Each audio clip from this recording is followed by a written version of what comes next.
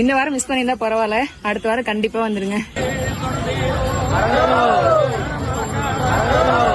ஆமாங்க, கார்த்திகை மாசம் 2வது திங்கட்கிழமை நானும் என் ஹஸ்பண்டும் காலைல 6 மணிக்கு இந்த இடத்துக்கு கிளம்பி நாமக்கல் மாவட்டம் வெண்ணந்தூர் பக்கத்துல இருக்கிற இந்த அளவாய்ப்பட்டியெல்லாம் தாண்டி இந்த அளவாய் மலைக்கு தான் போயிட்டு இருக்கோம். அங்க போற வரைக்கும் இங்க என்ன ஸ்பெஷல், என்ன சாமி எதுவுமே தெரியல. போற வழியிலயும் அவ்வளவா கூட்டமே இல்ல.